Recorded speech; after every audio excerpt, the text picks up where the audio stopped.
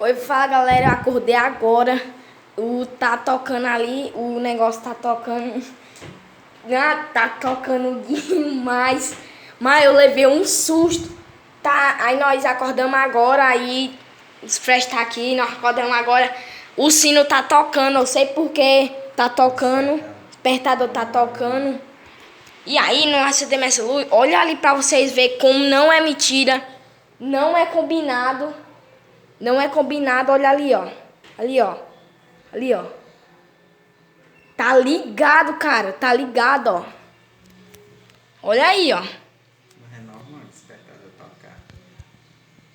Tá ligado e não é combinado, não é sei o quê. Nós tava dormindo, que hora é? 10h50. Já é 10h50 agora. Tá ali tocando, aí nós vamos dormir, vamos deixar ele aí. Eu tô com medo lá, vou desligar. Se ele tocar e desligar a luz aí. Aí nós estamos aqui. Nós estamos aqui, ó. Eu tô dormindo ali, um ali. Aí nós estamos só aqui esperando tocar de novo. Né? Bora desligar, bora. Eu mesmo vou desligar assim, não. Eu mesmo vou desligar assim, não. Tá ali ligado.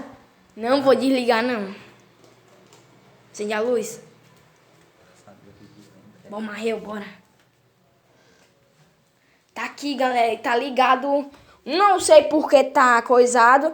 Não, mas se tivesse despertador, ele tava desligado. Daqui a pouco toca aí. Aí nós acordamos agora que ele tocou, começou a fazer zoada demais.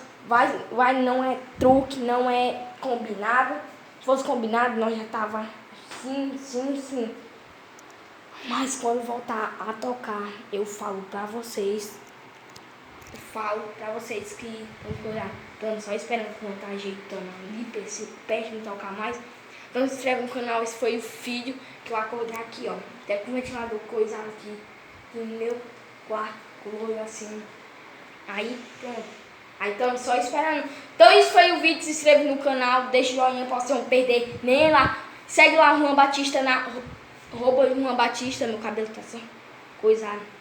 Então vai lá, tchau! Isso foi um vídeo no canal. Quando voltar eu posto, faz um...